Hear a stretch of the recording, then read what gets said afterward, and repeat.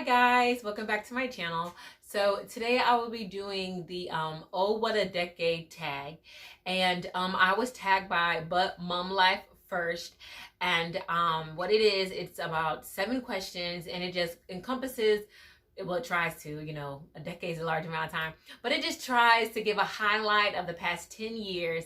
And it's not the end of January yet, so I wanted to hurry up and get this video on out there for you guys. So stay tuned and I'll tell you all my answers.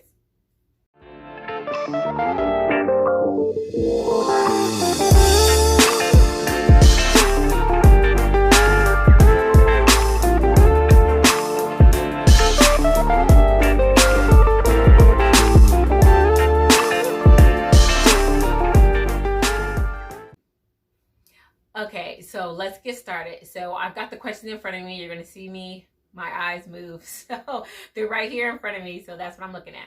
So the first question is, what did your life look like at the end of 2009? Kind of set the scene.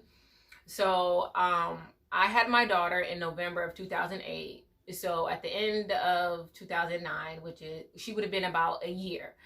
At that time, I was living in Fajardo, Puerto Rico. And I had been married for probably a little less than a year. New mom, new wife, living on an island I had never lived on before. I had visited when me and my husband were in Gage. I visited a couple times, but living there was a completely different thing than, we're having a little vacation. But that was the scene at the end of 2009. Like, I was just starting my adult life, I guess you could say. And that's what it looked like. Okay, so let's get right back into it. I had to go take care of a kid and a dog. So question number 2 is list 5 highs and 5 lows of the decade. I'm going to start with my lows because I kind of want to, like end on a high note. So one of the lows was losing both of my grandparents. And I think I've mentioned before that both of my parents were in the military and they split apart when I was young. I think I was about 2 years old when my parents split. And so I had 2 working parents. So I spent a ton of time with my grandparents, and they were that constant for me while, my mom and my dad were working. And I am in my mid-30s and I've never known a world without them. And it was so freaking difficult to imagine it. It's so difficult to go through it. Like my family is very close knit, and I have cousins and my sisters and my brothers, and just like my grandparents were literally the glue of everything. Like, it was them, and then they had 10 kids, and then those 10 kids produced like 40 cousins, and we are all, still pretty close to this day. When we come into town, we try to visit and hang out as much as possible. But I would definitely say that was such a low of this decade. Like, even sometimes today, it's hard for me to just be like, I don't have grandparents. It's so hard because I've never known a world without them. And I'm very fortunate that I got to be into adulthood and my grandparents got to see the birth of my children. And I was very blessed to have them, but it was a struggle at the time that I lost them. And yeah, that would definitely be a low of the decade, you guys. I'm not gonna turn on the waterworks too much, but they're like the best people in the whole wide world. Okay, discuss another low.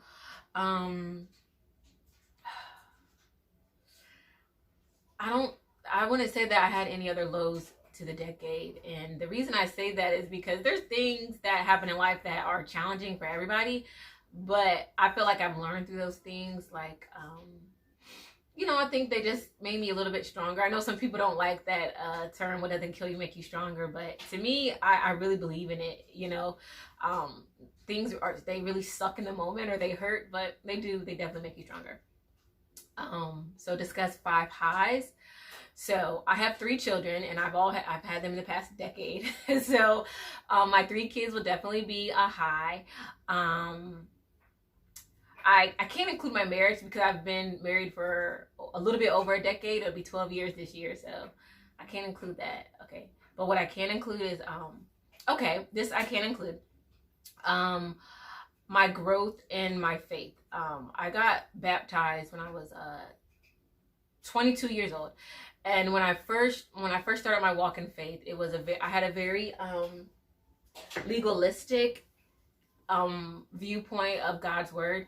And in the past 10 years, I have really grown in my faith. I've grown in my application, and that's definitely a high of my decade.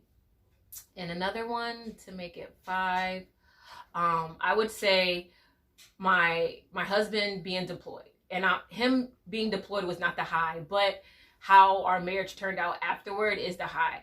After my husband deployment, we were 1,000 times stronger. And it seems kind of crazy that you spend a year apart, like that would weaken your marriage, and then all the stress that he had when he was over there would weaken it, but for us, not at all. And in my opinion, I know a lot of people don't really, it probably won't be a popular opinion, but I do not believe that like the Army or any of the stressors that the Army puts on a family breaks it up or makes it weaker. I feel that when the Army, the situations put stressors on the marriage, what it does is it brings your character to the top. So if you are a selfish person, you are going to have the ability to be even more selfish because you're apart. If you are a caring person, you are going to have, the opportunity to show that care, and you're going to, show it in the most creative ways because you guys are apart. So I really feel like, when stressors are put on us, it shows us what we're made of. And we might not want to see that all the time, but it showed us what we were made of. We were made of strength. We were made of consideration. We were made of fight. And our marriage came out 10 times better because of that deployment. And I would count that as a high. The next question was crown of memory from the decade. There's so many great things that happened to me. As I said, my children, my growth in my faith, even as, me being in the service and all the different changes in the places that I lived. Me and my sisters, we are super duper close in spite of the distance. We're super close and we keep in contact with each other, and it was kind of a scary thing when, the military took me away from my immediate family. But, like I said, it showed us what we're made of, and we are made of fight and love, and we still keep in contact. And so there's just so many awesome things about this decade that I really, couldn't choose one. Just my growth, my family, just everything, a ton of great things. The next question would be, if I could go back and change any event, what would it be? And I know it's completely unrealistic, but I'd bring my grandparents back. Like anything else, like I went through rough things, like I gave birth to my son alone. I was in the hospital alone. My husband couldn't be with me. I experienced a hurricane where it ripped off half my roof, and for like a good week I was living in water up to my ankles. And I wouldn't change any of that. I wouldn't change any of that because it made me who I am. It made me see who I was. It taught me humility. It taught me what I did and didn't need to survive. But the only thing I would change about it, if I could, is I'd have my grandparents. If I could have them forever, I would. It's unrealistic, but it was a question, so that's what I would change. Number 5 was how has this decade changed you? And as I said, like a lot of the challenges that I went through taught me humility, because I was an arrogant thing when I was in my 20s. I was so arrogant, you couldn't tell me. In my early 20s, you couldn't tell me anything. I was, this high-speed soldier. You couldn't tell me nothing. But, life has a way of knocking you down a couple of pegs and showing you, who you truly are. And it builds you back up and shows you who you can be. So I wouldn't change anything. It taught me to be a better person. And in this decade, I have definitely learned what matters. I've learned to prioritize. I've learned a lot more humility. And I'm grateful and happy for all of it. Number 6 was my plans for 2020. For this year, I guess you could call them resolutions. I definitely want to wake up earlier. I wake up at 6 o'clock just regularly, and I would like to wake up at 5. So I'm taking steps to that. Like right now, I'm starting to try to get up at 5:30. See if I can do that consistently for like 2 weeks, and then I'll switch my alarm to 5 o'clock. I really want that morning time to be by myself, collect my thoughts, work out, the whole 9 yards. So yeah, and I want to do it without, you know, sacrificing something else. I want to do everything, you know. So I have a pretty good routine now, but it always requires, okay, if you're gonna go work out, then you know you're not gonna have time to do this, and if you're gonna do this, you're not gonna have time. So waking up an hour earlier will probably give me time to do everything that I want in a day. So that's definitely a goal. I want to continue to grow my channel, and not necessarily in subscribers. Like, I love having more subscribers. I welcome you guys, but I don't know, because since I deleted a whole lot of my videos and I've started from scratch, I started this channel because I wanted to give information to military spouses or soldiers about the different posts that I go to and that I live on and things around it. And, you know, I wanted to really get, you know, information out to the military community, because not everybody's on social media. So this would be a way to do it. So I definitely would like to grow in views. Like, that's really important to me, more so than subscribers. I love you guys and I appreciate you subscribers, but I really would love to grow in views. I just want to get knowledge out there, you know. I just want to, you know, give you a piece of knowledge that you may not didn't have. So that's a goal for 2020. Another goal would be thinking. Trying to think. I like to stop cursing. I have a slick mouth and I like to stop cursing. I don't want to like have the mouth of a sailor, but I could do better. So that would definitely be a goal for 2020, is to have a little bit more self-control with my mouth. So yeah, that would be a goal for 2020 that I hope I can achieve. Question number 7 is, in a perfect world, where would I be in 10 more years? In 10 more years, I would have a 21-year-old. Oh, it's kind of scary. I don't want to think that far. But honestly, in a perfect world, I would be maybe not financially where I am at this moment. And I would like to mature, of course. But essentially, I want to be right here. I want to be with my family. I want my children to be healthy. I want them to be happy. I want to be financially stable. And I have all those things right now. And I'm not saying that it can't get better.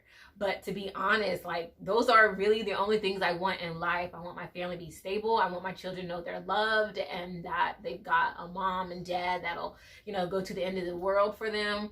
And I want a stable, happy marriage, which I've got. I'm financially stable. I could have some more savings, you know, but honestly, if the dynamic of my life is pretty much the same in 10 years when it comes to health and happiness, then I would be overjoyed, because I'm blessed. And a lot of people don't have their health. A lot of people don't have their families intact. You know, a lot of people, you know, don't have the basic necessities in life. And I have all of that. And I've got Jesus. And what more could a girl want, to be honest? So that completes the Over the Decade tag. If I don't tag you, if you want to do it, I would love to hear about the last decade of your life and your crazy 20s. If, you know, last decade you were in your 20s, if you were in your 30s, that's cool too. I'd love to hear about that. So you guys, I'll see you guys in the next video, and I hope you enjoyed. Bye.